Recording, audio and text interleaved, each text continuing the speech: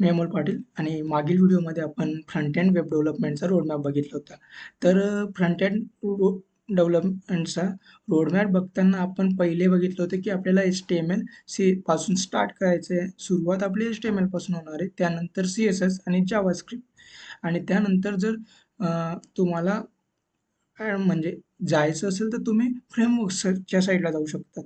म्हणजे HTML, CSS, JavaScript केल्यानंतर framework करणं हे बेटर असेल. कारण की ज्यावेळेस तुम्ही विचार करता ना, की त्या गोष्टी म्हणजे आपल्याला प्री बिल्ड भेटून जातात. म्हणजे ऑलरेडी कोणीतरी कोड लिहून ठेवलेला आहे, तो आपल्याला वापरायचा असतो. तर HTML आपण आजपासून स्टार्ट करणार आहेत.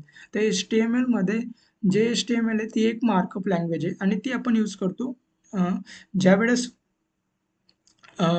एक कोणत्याही वेबसाईटचं तुम्ही जर स्ट्रक्चर डिफाईन करण्यासाठी HTML हे यूज होत असते. म्हणजे मोस्ट इम्पॉर्टंट घटक आहे HTML हा आपला वेब डेव्हलपमेंटमधला. तर ज्यावेळेस आपण HTML स्टार्ट करतो त्यावेळेस आपल्या डोक्यात येतं की स्टार्ट कुठून करायचं.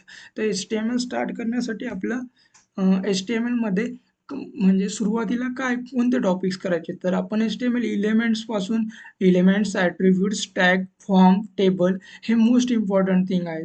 जर एवढे कव्हर केले तर तुमचं बेसिकली गुड अंडरस्टँडिंग होऊन जाते HTMLची. तर मी पुढील व्हिडिओ तो HTML एलिमेंट्सवर बनवणार आहे.